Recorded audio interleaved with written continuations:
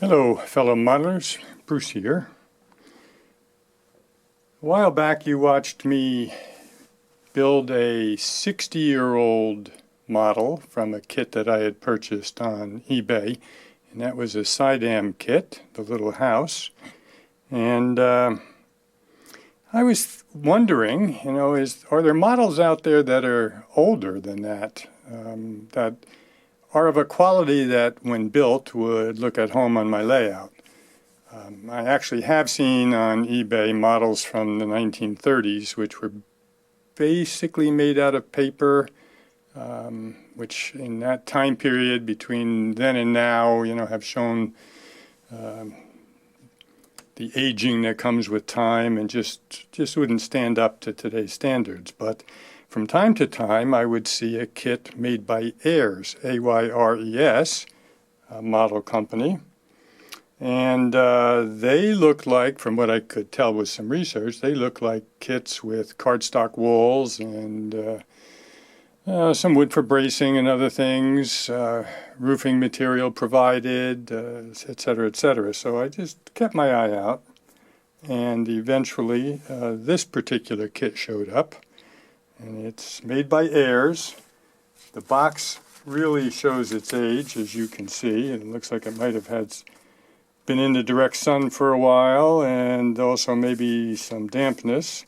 But you can see down here the word Ayres and just the Garden Grove part of the address. They were out of Garden Grove, California.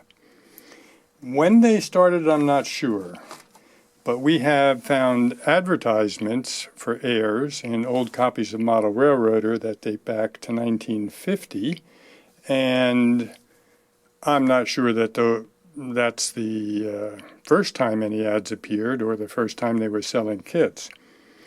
This particular model, which is a cafe, we found the ad in a 1950 issue of Model Railroader, and a modeling friend of mine, George Downer, sent me that ad, and I'll include it in this video after this particular segment so you can see the description of it and the price at the time.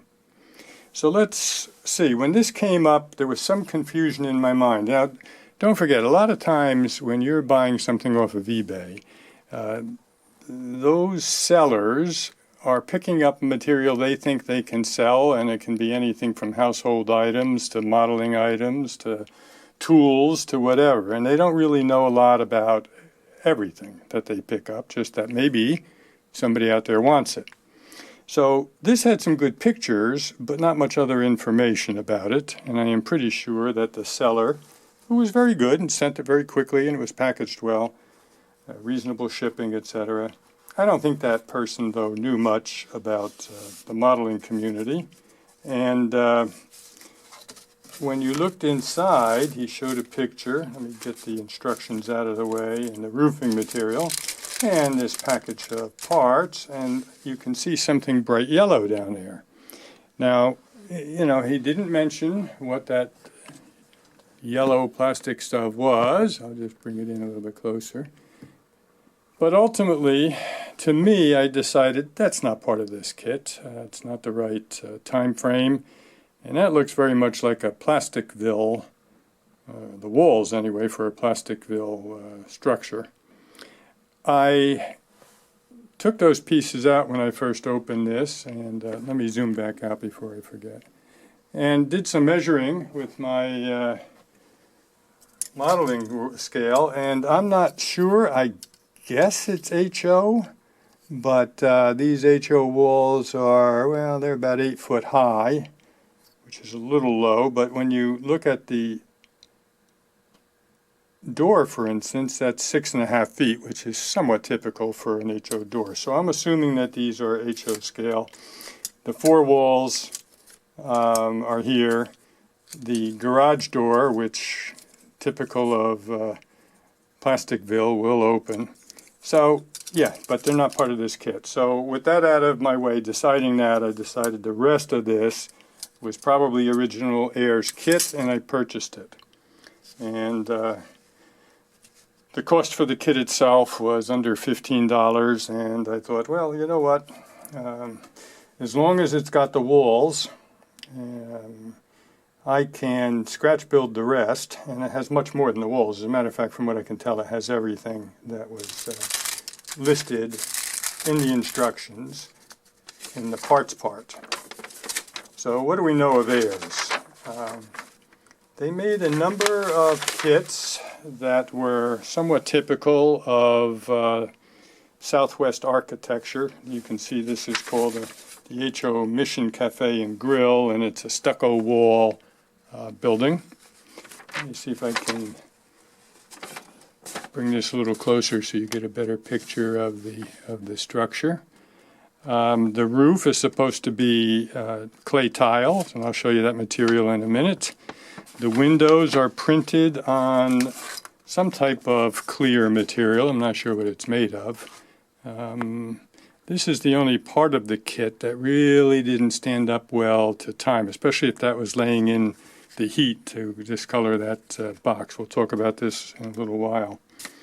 But yeah, here's the instructions, some diagrams. Here's their logo, Ayres scale models, Post Office Box 26, Garden Grove, California, and the full bill of materials. What was nice about this kit, for its time period, it included full interior decoration, detailing. Here you can see, the counter, chairs. It's sitting on a pedestal, which is a nail. They provided a cigarette machine, a cash register, a phone booth. Some of them are paper that have to be folded, or like cardboard that had to be. Some are made out of wood. A couple metal castings from Weston Mini Figure Company, which eventually got swallowed up into Campbell scale models, but I assume it was based in California as well. So what we're looking at here is a kit that is probably 70 to 75 years old. And at some point in the very near future, I will continue this video with building something out of this kit. Now, it might be a bit kit bashed because, quite frankly, a stucco mission style with tile roof cafe doesn't fit into my locale or time period that well. But we'll use the walls, probably change the roofing material. Speaking of which, here is that tile roof material done in red. And also in this bag is the roof ridge, which is a dowel type thing made out of the same material and the same color. Not bad for that time period, not bad at all. I'll save this, see what else I can use it for. If nothing else, I can probably make flat car loads of pipes out of it, but maybe then again I'll use it for roofing at some point. The counters were made of wood, so here's the cross section. I think you can see it. Let me hold it against something dark here a minute. See if you can see it better than. Yeah, it looks like a T. So that's your counter. And it's got another piece at a 45-degree angle, so you have a angled counter. So that's your counter. I showed you kind of how you made your chairs. The chairs are wooden and are in this bag, along with the other detail parts. The doors are printed on thin cardstock and would have to be cut out and pasted in place. I'll probably try to replace those with Grant Line or Tichy doors. This is actually quite a nice casting of a commercial coffee machine for in a diner type of setting. Telephone booth made out of light cardboard. Cut it out and fold it in place. Inside, as an interior detail, that would look just fine. Here's the printed sign for the roof. I'll probably change the sign. This might become named after one of my great-grandkids. very stable cardstock subroof, and this is the base, very thick base.